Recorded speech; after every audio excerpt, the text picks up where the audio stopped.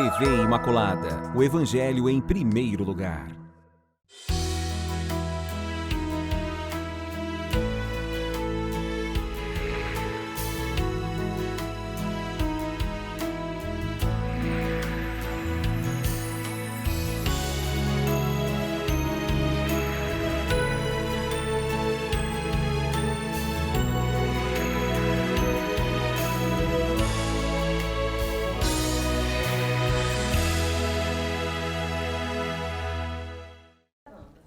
Olá, amigos, nós aqui iniciando mais um maravilhoso programa Páginas da Bíblia. Estamos avançando, mergulhando nas páginas maravilhosas deste livro santo, sagrado, que faz com que a gente, conhecendo, aprofunde mais a nossa fé. Contando hoje com a presença nesse estudo do Padre Carlos, a quem agradeço a presença. Olá, gente. Diácono Carlos, José Carlos também, a quem agradeço. Tamo junto. Estamos juntos, contribuições sempre valiosíssimas, que nos ajudam a resgatar muita coisa esquecida, nos ajudam a conhecer muita coisa ignorada e assim nós vamos avançando e descobrindo verdades. Nós estamos, na verdade, gente, só recordando, estudando o Pentateuco, aprofundando de forma específica o livro do Gênesis, para que a gente, conhecendo o Gênesis, a gente vai nessa escalada de conhecimento. Quem perdeu nossos programas anteriores pode conseguir buscar pelo YouTube ou até mesmo buscando aqui para a TV Imaculada os nossos links que serão encaminhados, conforme a necessidade de cada um. Vou pedir que vocês abram aí, então, o livro do Gênesis, o capítulo 18. Vamos fazer uma leitura, assim, para quem está sem o material na mão, sem a Bíblia, do versículo 1º até o 8º. Sobre a aparição de Mambré, que vai estar escrito: Yahvé lhe apareceu no carvalho de Mambré quando ele estava sentado na entrada da tenda, no maior calor do dia. Tendo levantado os olhos, eis que viu 3 homens de pé perto dele. Logo que os viu, correu da entrada da tenda ao seu encontro e se prostrou por terra. E disse: Meu senhor, eu te peço, se encontrei graça a teus olhos, não passes junto do teu servo sem te deteres. Traga-se um pouco de água e vos lavareis os pés e vos estendereis sob a árvore. Trarei um pedaço de pão e vos reconfortarei o coração antes de irdes mais longe. Foi para isso que passastes junto do vosso servo. Eles responderam: Faze, pois, como dissestes. Abraão apressou-se para a tenda, junto a Sara, e disse: Toma depressa 3 medidas de farinha, de flor de farinha, amassas e faze pães cozidos. Depois correu Abraão ao rebanho e tomou um vitelo tenro e bom. Deu ao servo que se apressou em prepará-lo. Tomou também coalhada, leite e o vitelo que preparara e colocou tudo diante deles. Permaneceu de pé junto deles, sob a árvore, e eles comeram. Padre Carlos, começando pelo senhor, chama muita atenção aqui, não sei se é porque hoje está se perdendo isso, essa acolhida calorosa de Abraão para 3 homens que ele sequer sabia quem eram. Então nós temos aqui realmente um relato que aproveita profundamente essa questão da hospitalidade em todo o ambiente do Oriente, né? Em que ela é um dever sagrado, mesmo como você disse, sem saber ainda, né? Mas logo lhe é revelado e ele já, ao aproximar-se dos 3, já chama de Senhor logo, né? Quer dizer, aqui nós temos um mistério, né, de uma revelação de Deus, mais ou menos como aquela que vai acontecer depois para Moisés na sarça ardente, né? Que ele se aproxima sem saber o que é, mas logo em seguida, então, fica claro que é o Senhor que está se manifestando de alguma forma, né? Então aí nós temos essa manifestação do Senhor na pessoa de 3 homens, né, que se apresentam ali diante dele e que ele se adianta para oferecer essa hospitalidade que, como nós dizíamos, é um dever muito importante entre os povos do Oriente, especialmente nesse ambiente mais inóspito do deserto, né? Como é o caso que ele está ali, em Mambré, e o relato já começa dizendo do calor, né? De todo sol ali ardente que vai castigando sempre essas regiões no auge do dia. Então, vejam bem, né? Não é simplesmente, vamos dizer assim, uma questão de bondade do coração, que também se manifesta, evidentemente, na hospitalidade, mas é principalmente uma defesa da vida, porque, né, num ambiente desértico, né, que tem poucas fontes de água, por exemplo, e de alimento. Alguém que se arrisca a fazer uma viagem, né, atravessando essas regiões, está sempre se arriscando, queira ou não queira, por mais que possa conhecer até os caminhos, está sempre se arriscando. E aqui no caso, então, todo esse meio oriente, né, desse ambiente bastante inóspito, a hospitalidade era uma questão de vida ou morte, muitas vezes. Então, daí que é um dever sagrado, porque a vida é sempre sagrada, né? Então, as pessoas, elas tinham essa consciência e a moral, né, do momento, que dizia, ó, qualquer pessoa que se apresente numa situação como essa, num ambiente como esse, é um dever a hospitalidade, até levado a muitas consequências maiores até do que nós estamos falando aqui. Depois nós vamos também ver a questão no próximo capítulo de Lot, né, em Sodoma, em que também é uma cidade, mas também se apresenta a questão da hospitalidade com seus deveres de não só acolher, mas ainda defender, né, a honra e o bem-estar dessa pessoa, até a limites que a gente vai ver bastante estranhos para nós hoje, né? Mas isso a gente encontra, além dessa questão do deserto, da defesa da vida, também se encontram em povos africanos, por exemplo, não só do Saara, né, da parte desértica, mas mesmo na subsaariana, onde, vamos dizer assim, né, o hóspede, ele realmente é tratado como se fosse um deus, uma divindade. Também existe isso fora desse ambiente do deserto. E aqui então se juntam as duas coisas, né, a hospitalidade e também de reconhecer, de perceber, de estimar um hóspede que chega, né, como alguém que teria praticamente todos os direitos, e aquele que acolhe, portanto, teria todos os deveres, né, para essa hospitalidade. Então, acompanhando isso que o Padre Carlos fala, me vem a percepção de que a religião, através de seus escritos, de seus livros sagrados, imprimiu no povo essa cultura do acolhimento, a partir dessas passagens que denotavam uma abertura imensa da pessoa, porque via naquele que chegava, não só, como o Padre Carlos fala, uma questão de fazê-lo sobreviver às agruras pelas quais passaram, mas também como um representante de uma vida nova, representante do sagrado que chega até ele. A gente está vendo que hoje as pessoas, talvez por falta de ler os livros sagrados com mais assiduidade ou pelo abandono dessas leituras, já não há mais esses costumes. Quando se vê uma acolhida, elas são bem mais amenas, mais tímidas, mais discretas, né? Então a gente vê que isso aqui no Antigo Testamento traz para nós esse sopro de vitalidade, de coisa boa para nós, né? Quando a gente lê. Bonito uma acolhida dessa, né, Diácono? É importante. Inclusive, São Paulo, não lembro agora qual, não sei se São Paulo, a Carta aos Hebreus. Carta aos Hebreus, capítulo 13.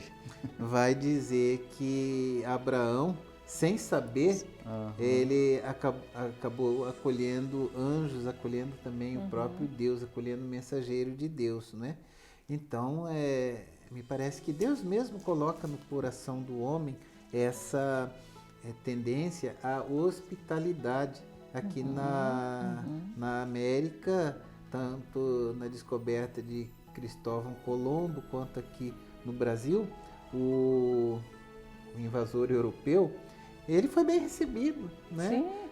Aqui no Brasil, os portugueses foram muito bem recebidos, tivemos a celebração da Santa Missa, né? E de uma maneira muito tranquila, né? Os indígenas acolheram bem, né? Os portugueses acolheram bem a Santa Cruz. Então, essa questão da hospitalidade, ela deve ser muito cara às pessoas que temem a Deus. Todos nós devemos ser acolhedores, praticarmos o acolhimento, não é? E tirando as tribos canibais, né? Tirando as... mas os existiam. primeiros eram os que acolheram ali Pedro Álvares Cabral, eles não eram, né? Não era. Mas tinha também. Os canibais faziam daquele encontro uma festa, um banquete, ritual, comiam os próprios, os Inclusive, próprios Pois visitantes, tinha né? isso também. inclusive, nós tivemos um bispo, né, que foi devorado, por Pois é. esses outros que não eram assim tão acolhedores. Né? Acolhedores. Dom Sardinha, né, era o nome. Já vai com esse nome já por cima. É verdade. Mas, brincadeira à parte, então,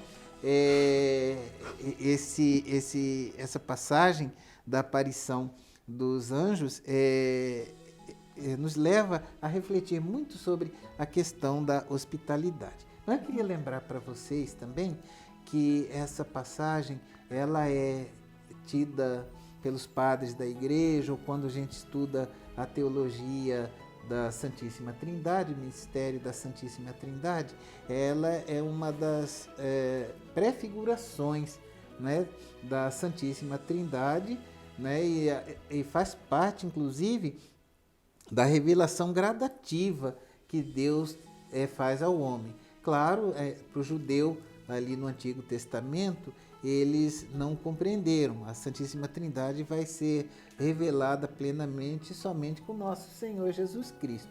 Mas, gradativamente, Deus vai preparando a humanidade, vai preparando o seu povo através das suas manifestações, através das teofanias. E essa teofania aqui, então, ela representa para nós já uma pré-figuração da Santíssima Trindade, tendo, inclusive, inspirado um monge russo chamado Andrei Rublev, né, que pintou um quadro muito bonito chamado a Santíssima Trindade. Né? Inclusive, o Carvalho de Mambré aparece nessa bonita pintura. Né? E os três homens, ou os três anjos, são assim, de maneira artística,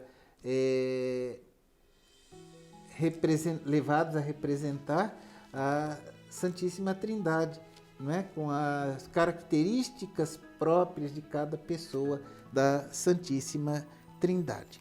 Muito Interessante. bem. Bom, se querem ver lá, primeiramente, a citação que disse o diácono, Hebreus capítulo 13, versículo 2, né? Nos diz assim: não esqueçais a hospitalidade pela qual alguns, sem saber, hospedaram anjos. E daí também o meu comentário. Aqui são três pessoas, uma só dialoga com Abraão, que no caso ele reconhece como a presença de Deus, propriamente dito. É uma fonte já vista, né? Sim. Em que Deus muitas vezes é representado com características humanas, diferente das outras fontes do Pentateuco.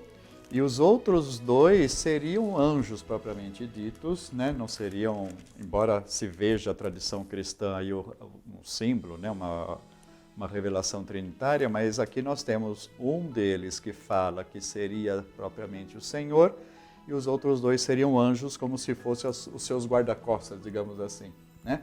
E depois no capítulo seguinte, quando vai acontecer a destruição de Sodoma, né?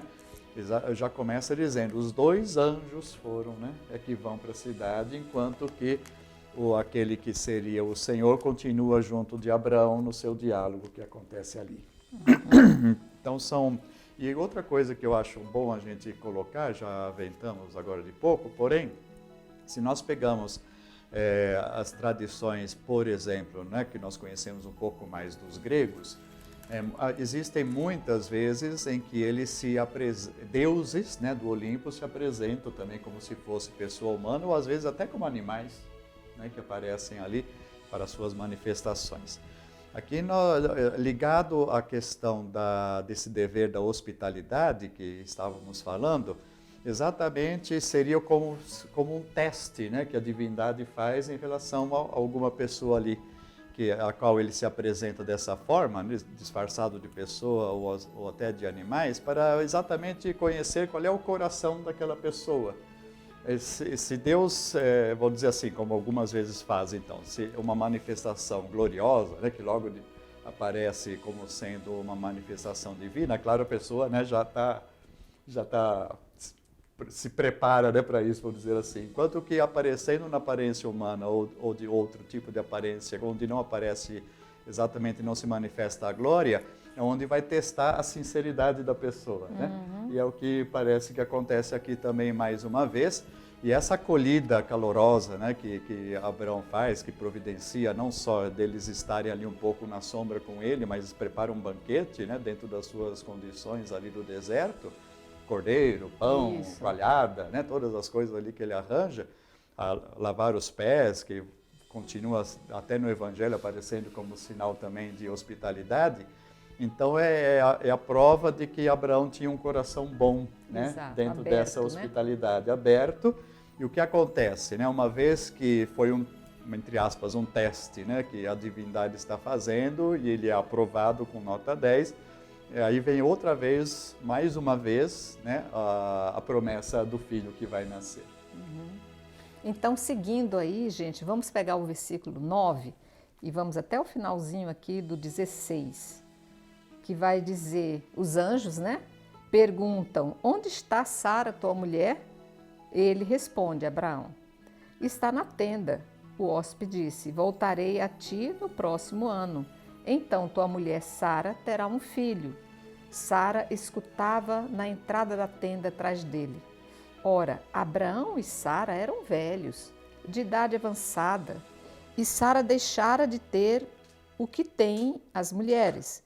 Riu-se, pois, Sara no seu íntimo, dizendo, agora que estou velha e velho também está o meu senhor, terei ainda prazer?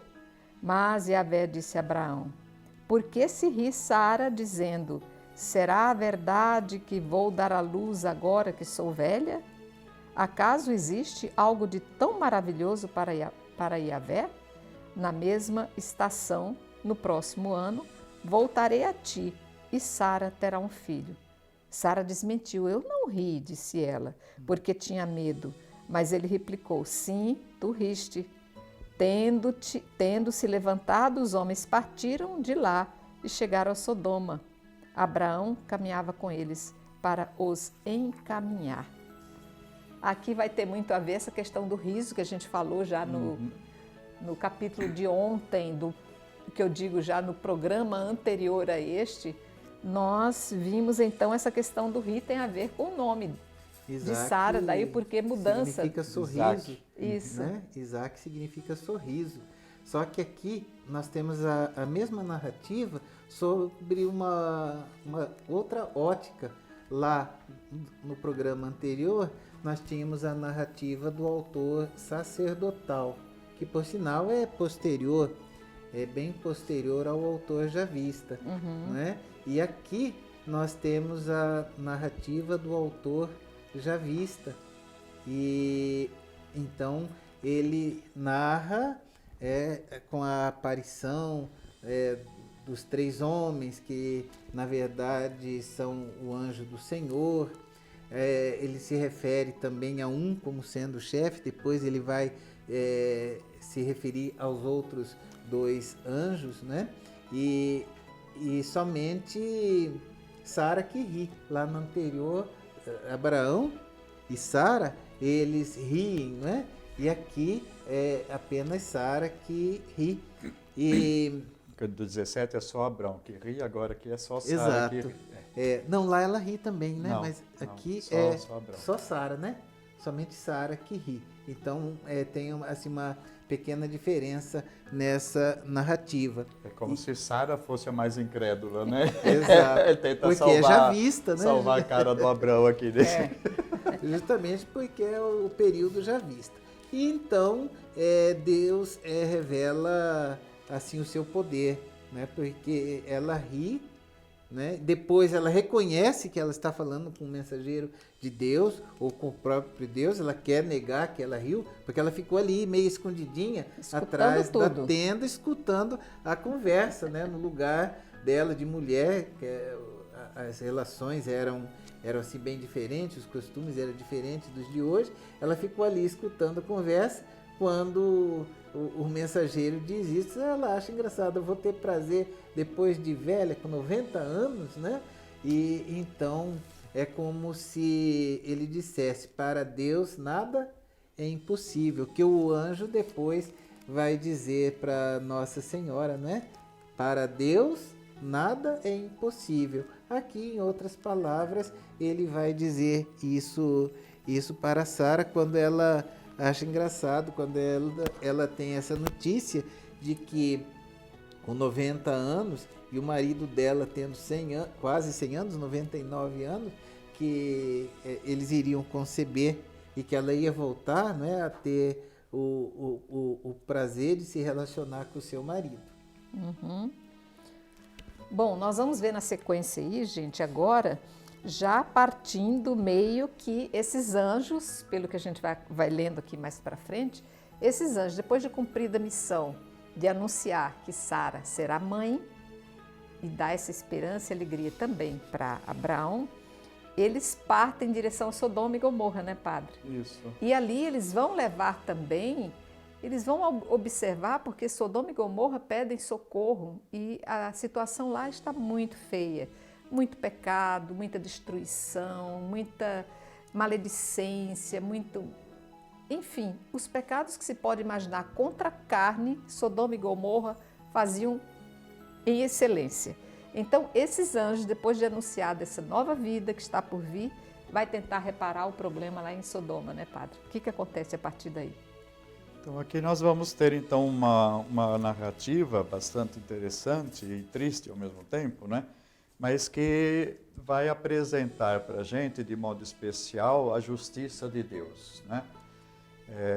Esses três aí que estão aí representando, os dois anjos e aquela pessoa principal, vêm naquele momento, estão ali diante de Abraão, com esse diálogo que nós vimos, mais uma vez a respeito da sua bondade e da promessa de Deus que vai se cumprir, mas eles vêm com uma outra missão, né, pior, que é verificar em loco, digamos assim, né, o que subiu ao céu como um clamor, né, dessa cidade. A injustiça da cidade é muito grande ao lado do que será a justiça de Deus, que se vai... É o que vai entrar em jogo nesse diálogo que se segue. Então, nós temos aí o contraponto, né? De um lado, o Senhor, que Abraão, através das suas perguntas, né? do seu diálogo, está, por sua vez, agora testando a Deus, podemos dizer assim, né? Para verificar a justiça de Deus, enquanto que a cidade ela é considerada como muito injusta. É bom a gente recordar aqui mais uma vez, que já fizemos em outros programas, na Bíblia, o que significa justiça ou injustiça. É sempre em relação diretamente à vontade de Deus, que depois, mais para frente, vai ser manifesta em todos os mandamentos, né? Em todas as leis de Deus. Aqui ainda, claro, historicamente, a aliança dos mandamentos ainda não existe. Existe essa que está sendo feita por meio de Abraão, as promessas da descendência e da terra. Mas claro que o autor aí também já conhece a aliança posterior nos mandamentos de Moisés. Então, aquilo que está de acordo com os mandamentos de Moisés, da lei, é justo. E aquilo que não está de acordo com os mandamentos da lei é injusto. Porque, afinal das contas, estão baseados naquilo que Deus revela de si mesmo e da sua vontade. Muito bem. Então, agora eu vou pedir um pequeno intervalo, porque nós vamos ver esses anjos caminhando para a cidade de Sodoma e Gomorra e vamos ver o que vai acontecer, tá? Já voltamos, pequeno intervalo.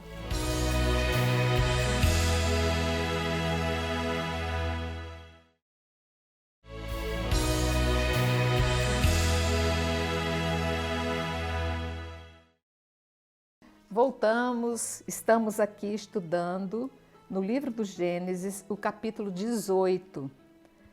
Falamos sobre a Trindade, os três anjos que aparecem lá em Mambré para Abraão e vou anunciando então que Sara vai ter um filho. Vamos avançar, eu vou fazer uma pequena leitura a partir do versículo 17, que muita gente já conhece esse trecho, mas vai ser importante para nós entendermos várias situações aqui que são colocadas. A intercessão de Abraão. Yahvé disse consigo: ocultarei a Abraão o que vou fazer, já que Abraão se tornará uma nação grande e poderosa e por ele serão benditas todas as nações da terra?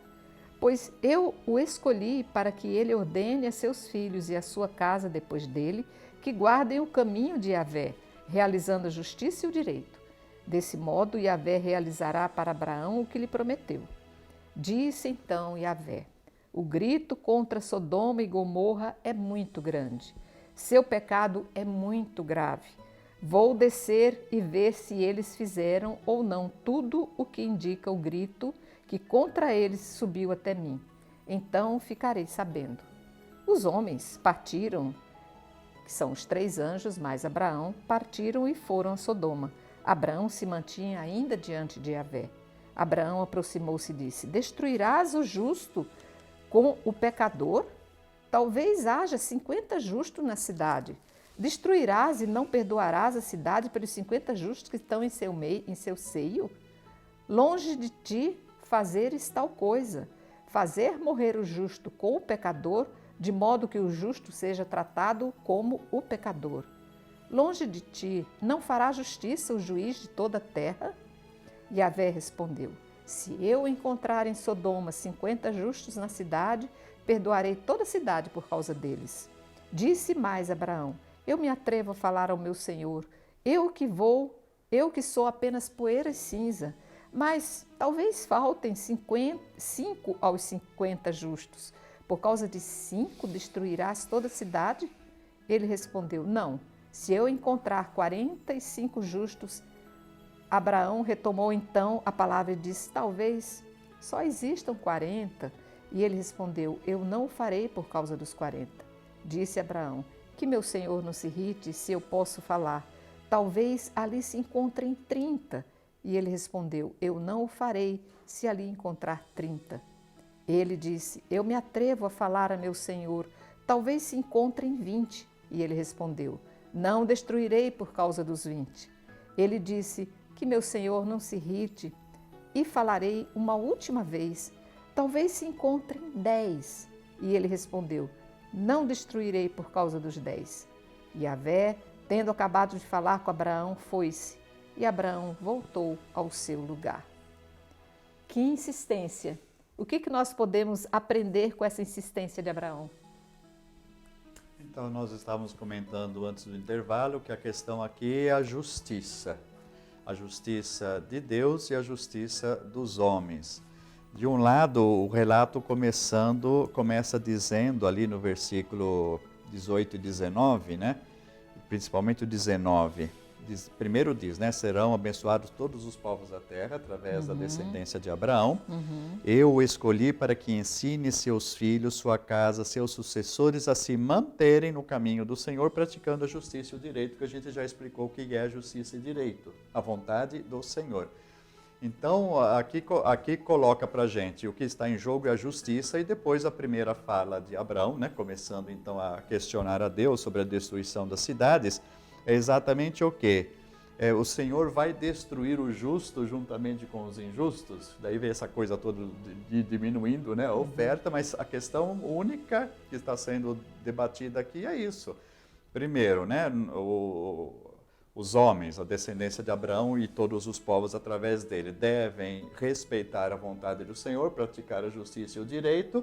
E por outro lado, como é que fica agora a justiça de Deus diante da injustiça dos homens? Se vai colocar todo mundo no mesmo saco ou não. Então ele vai fazendo esse diálogo, né, diminuindo, se tiver 50, 45, 30 e tal, e Deus sempre afirmando: não vou destruir a cidade se houver justos lá dentro, ou seja, não vou destruir o justo juntamente com o injusto. Chega a tal ponto, e a gente vai continuar a ler agora, né, o texto em que acontece o quê? Os encontrados justos lá é só o Lot, né, que é parente, sobrinho de Abraão, que tinha se mudado e se estabelecido ali na cidade. Ele com as suas filhas e os pretensos genros que também não aceitaram, né, seriam tirados dali para que os justos não sejam castigados juntamente com os injustos. Então, aquilo que o diácono também nos coloca, e a outra questão que outra vez aparece no profeta Ezequiel, a questão da retribuição, ou seja, como é que Deus trata as pessoas? Ele trata todo mundo igual, vamos dizer assim, né? Como a gente coloca todo mundo no mesmo saco, ou ele tem uma consideração por cada um, né? Então, porque pelo que a gente vê aqui, parece que Abraão, né? Parece-me que Abraão é mais preocupado e mais buscando mais justiça do que Deus. Deus parece estar sendo implacável. No entanto, Abraão vai cativando, vai mendigando, mais um pouquinho, Senhor, mais um pouquinho, Senhor, e nos coloca numa situação que até nos ensina, né? Nas nossas preces, sejamos cada vez mais solícitos a Deus, porque o seu coração é imensamente grande, depende só de nós pedirmos. Então nós temos aí duas revelações. Primeiro, acerca do poder da oração intercessória. Então Abraão se mostra como esse que intercede pelos justos que estão ali em Sodoma, prestes a sofrer um castigo que é destinado aos injustos, né? Então Abraão faz essa oração e essa barganha, essa pechincha com Deus. Então ele vai gradativamente, porque ele sabe que praticamente a cidade toda é corrompida, mas ele sabe que tem lá o Ló, né, que é o sobrinho dele, a mulher e tudo mais. Então, ele se preocupa, né, com essas pessoas, então ele vai negociando com Deus, né, o Todo-Poderoso, e Deus vai se revelando misericordioso, que Deus é ao mesmo tempo justo, mas que ele também é compassivo. Então, à medida que Abraão vai pechinchando com Deus, Deus vai revelando essa sua misericórdia, né? E só que depois nós vamos ver aí no capítulo seguinte que esses anjos, eles chegam à casa de Ló. E o que vai? Eles chegam disfarçados, né, para saber as reais intenções. Que ele queria saber se tudo aquilo que chegou até ele era verdade sobre Sodoma. Então Deus vai perceber que é verdade mesmo. E esses habitantes de Sodoma vão querer praticar a sodomia com os três anjos. O próprio Os Deus, dois. com os dois anjos. Os Né? dois. Vamos ler o capítulo 19, então, o início? Vamos ler o início. aí- Quer que leia até qual Até versículo? o 11 pode ser? Quer concluir, Diácono? Então, assim, concluindo, Deus ele vai provar que realmente aquela cidade é corrompida, porque eles vão querer abusar dos próprios anjos que estão ali disfarçados de gente, né?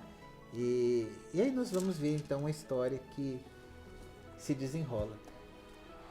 Ao amanhecer, quando os dois anjos chegaram a Sodoma, Ló estava sentado à porta da cidade. Logo que os viu, Ló se levantou ao seu encontro e prostrou-se com a face por terra. E disse: Eu vos peço, meus senhores, descei à casa de vosso servo para aí passardes a noite e lavar-vos os pés. De manhã retornareis vosso caminho. Mas eles responderam: Não, nós passaremos a noite na praça. Tanto os instou que foram para sua casa e entraram. Preparou-lhes uma refeição, fez cozer pães ázimos e comeram. Eles não tinham ainda deitado quando a casa foi cercada pelos homens da cidade. Os homens de Sodoma, desde os jovens até os velhos, todo o povo, sem exceção. Chamaram Ló e lhe disseram: Onde estão os homens que vieram para a tua casa esta noite? Traze-os para que deles abusemos. Ló saiu à porta, fechando-o atrás de si. Disse-lhes: Suplico-vos, meus irmãos, não façais o mal. Ouvi, tenho 2 filhas que ainda são virgens. Eu vô-las trarei. Fazei-lhes o bem que vos parecer, mas a estes homens nada façais, porque entraram sob a sombra do meu teto. Mas eles responderam: Retira-te daí. Um que veio como estrangeiro agora quer ser juiz. Pois bem, nós te faremos mais mal que a eles. Arremessaram-se contra ele, Ló, e chegaram para arrombar a porta. Os homens foram, porém, estendendo o braço, fizeram Ló entrar para junto deles na casa e fecharam a porta. Quanto aos homens que estavam na entrada da casa, eles os feriram de cegueira, do menor até o maior, de modo que não conseguiram entrar na entrada, encontrar a entrada. Gente, mostra o grau de perversidade, destruição que estava tomado aquele povo, né? Um grau muito grande de perversão, né? Todos sem exceção, né? E aí Deus misericordioso vai manifestar então a sua justiça. E já começa defendendo Ló, né? Todos aqueles que queriam invadir a casa, eles são feridos então de cegueira, né? Então aqui nós vamos ter a manifestação da justiça de Deus. Me chama a atenção aqui, padre, eu sei que o senhor vai entrar com um comentário, me chama a atenção que hoje em dia a gente não vê isso. A preocupação de Ló em pedir, não façam mal a esses homens porque eles estão protegidos na minha casa. Ou seja, a responsabilidade de bem guardar o hóspede que chega à tua casa. Tinha mais valor o hóspede, a lei da hospitalidade, do que a própria filha do que virgem. a própria virgindade e o bem-estar das filhas. Coisa então, que a gente hoje não vê. Hoje a gente vê muito pelo contrário. Os hóspedes muitas vezes são até abusados pelos próprios donos da casa. É o que queriam fazer ali os habitantes. Isso. Então, a gente já comentou no bloco anterior, né, que está todo esse dever de hospitalidade. Naquele momento a gente falou que às vezes se fazem favores extremos, como esse que a gente vê aqui, de oferecer as filhas para proteger o hóspede, enquanto aqui havia, não sei se ainda há, creio que já não, mas entre os nossos indígenas e mesmo nações ali do Oriente Médio também, o hóspede que chega se oferece até a mulher para que tenha relações se o hóspede não está acompanhado da sua esposa, evidentemente, né? Então, são essa questão toda da hospitalidade que aparece aí, mais uma vez, né? Mais uma vez é um teste, e Ló vai ser salvo por essa sua hospitalidade e, claro, pela sua justiça também de não estar no mesmo desejo que os habitantes, né? Nessa mesma perversão. Aí vocês devem conhecer a questão aqui do homossexualismo, né? E que sempre foi considerado para o povo de Deus como uma abominação, deitar com um homem como se fosse uma mulher. E no caso ficou sendo chamado também muitas vezes por causa dessa passagem, o homossexualismo de sodomia, né? Em referência então a Sodoma. E aqui nós vemos então que vai ser preservado Lote, que estava disposto então a tudo para preservar a integridade desses visitantes. Mas aquilo que o texto começa a nos dizer, né? Que eles vêm até ali a cidade para ver se realmente aquilo que tinha subido aos céus era verdadeiro ou não, e constatam então a veracidade do clamor que subiu a Deus por causa da perversidade que eles praticavam. O que mais, diácono? Vamos para frente, né? Mais para frente, quer que leia qual trecho a partir 12 do 12? agora em diante. Do 12 até onde, padre? O senhor acha mais Pode ser até o final. Até o final? Os homens disseram a Ló: ainda tens alguém aqui? Teus filhos, tuas filhas, todos os teus que estão na cidade, faze-os sair deste lugar, porque vamos destruir este lugar, pois é grande o grito que se ergue contra eles diante de Yahvé, e Yahvé nos enviou para exterminá-los. Ló foi falar com seus futuros genros que estavam para casar com suas filhas. Levantai-vos, disse ele, deixai este lugar porque Yahvé vai destruir a cidade. Mas seus futuros genros acharam que ele gracejava. Raiando a aurora, os anjos insistiram com Ló, dizendo: levanta-te, toma tua mulher e tuas filhas, e que aqui se encontram, para que não pereças no castigo da cidade. E como ele hesitasse, os homens o tomaram pela mão, bem como sua mulher e suas 2 filhas, pela piedade que Yahvé tinha dele. Eles o fizeram sair e o deixaram fora da cidade. Enquanto o levava para fora, ele disse: salva-te pela tua vida, não olhes para trás de ti, nem te detenhas em nenhum lugar na planície. Foge para a montanha, para não pereceres. Ló lhe respondeu: não, meu senhor, eu te peço. Teu servo encontrou graça a teus olhos e mostrastes uma grande misericórdia a meu respeito. salvando-me a vida. Mas eu não posso me salvar na montanha sem que me atinja a desgraça que eu venha a morrer. Lá está aquela cidade bastante próxima, para a qual posso fugir. Ela é pouca coisa. Permite que eu fuja para lá. Porventura ela não é pouca coisa? E nela viverei. Ele lhe respondeu: faço-te ainda esta graça. Não destruirei a cidade de que falas. Depressa, refugia-te lá, porque não posso fazer enquanto não tiveres chegado lá. É por isso que se deu a esta cidade o nome de Segor. Quando o sol se erguia sobre a terra e Ló entrou em Segor, Yahvé fez chover sobre Gomorra e Sodoma, enxofre e fogo vindos de Yahvé. E destruiu essas cidades e toda a planície, com todos os habitantes da cidade e a vegetação do solo. Ora, a mulher de Ló olhou para trás e converteu-se numa estátua de sal. Levantando de madrugada, Abraão foi ao lugar onde estivera na presença de Yahvé e olhou para Sodoma, para Gomorra e para toda a planície, e eis que viu a fumaça subir da terra, como a fumaça de uma fornalha. Assim, quando Deus destruiu as cidades da planície, ele se lembrou de Abraão e retirou Ló do meio da catástrofe, da destruição da cidade em que Ló habitava. Joia. Então aqui essa fuga, né, que eles proporcionam. Então aqui nós temos a hospitalidade de Ló, que é recompensada pela salvação. Nós podemos notar, se lembramos, tem muito paralelo com a narrativa de Noé, né? Da destruição. Me fez lembrar a mesma coisa. Exatamente. Então, naquele momento, a humanidade estava corrompida e é salva a família do justo. Aqui, no caso, a mesma coisa. A cidade toda está corrompida e é salva a família de Ló, sendo que tentaram trazer os genros também, né? Prometidos às filhas, mas que ainda não coabitavam, como no caso de Maria e José.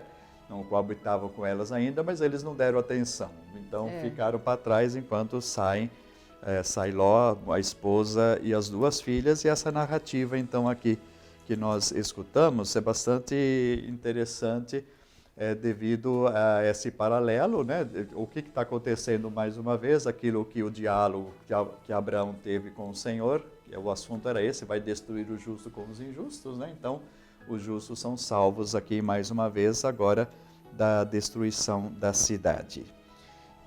Depois, essa questão dos genros eu quis aqui destacar, porque a narrativa seguinte, que vai terminar esse capítulo 19, vai ter referência a isso, né? Essa questão que as filhas saem sem os futuros esposos, né? E tem a ver também com outro paralelo com Noé, aqui no caso, é que lá Noé, né, junto dele, estava, além da sua família, os animais, para repovoar a terra, né? E aqui a continuação, esse final do capítulo 19, vai dar a impressão de que parece que toda a humanidade foi destruída novamente, porque elas vão acabar apelando a um estratagema para terem filhos do próprio pai, né? Uma outra coisa que é estranha para nós, mas que acontece aqui marcado nesse reinício, quase como se fosse então o reinício da humanidade novamente, né? E nós temos essa destruição, não sei se o diácono quer colocar, né, que vem fogo do céu, né? Dá a impressão de como se fosse quase uma erupção vulcânica.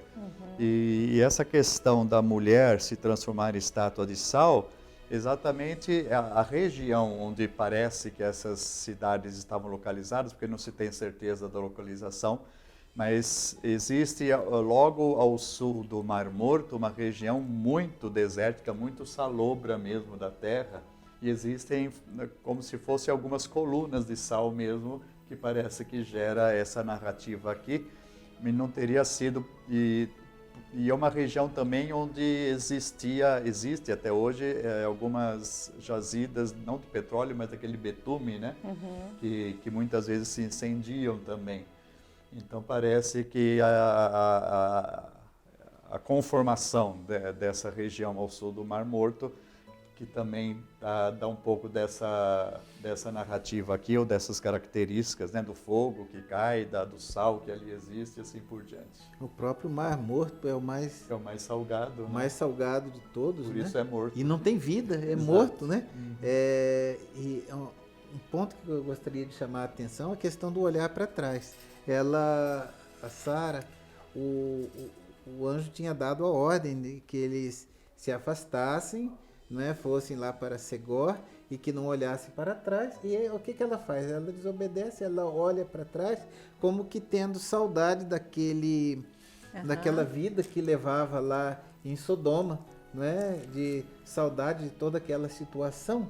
E imediatamente o que acontece? O castigo recai sobre ela também. E ela é transformada numa estátua de sal. Então, fica assim uma mensagem, né, para nós que somos perdoados pela misericórdia de Deus, que nós temos a misericórdia manifesta no sacramento da reconciliação. Fica uma mensagem para nós não voltarmos àquela vida antiga ou voltarmos àquele mesmo pecado que nós havíamos cometido, né? Mas buscando uma vida de santificação, de obediência e conformidade com a palavra de Deus. E não fazermos que nem essa esposa que sentiu saudade e olhou para trás. Porque se a gente volta atrás, aí vai acontecer que nós mesmos vamos acabar nos castigando. Encontrando com os pecados que foram largados para Semelhante trás. ao povo que sai do Egito e tem saudade, né, da cebola e da carne. É a mesma coisa. E essa geração morre no deserto, né? Tem esse paralelo também.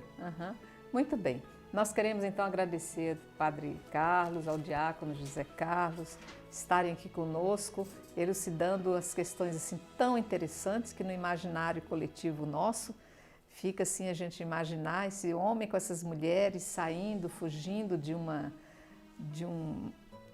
catástrofe que ia acontecer e de repente perde a própria esposa na fuga por falta da sua colaboração nesse projeto de Deus, né? Então, que vocês possam estar conosco, acompanhando os programas que virão, ainda nesse desvendado do Gênesis, com tanta coisa, com tanta historieta interessante. Fiquem com Deus até nosso próximo programa e salve Maria Imaculada. Salve Maria Imaculada.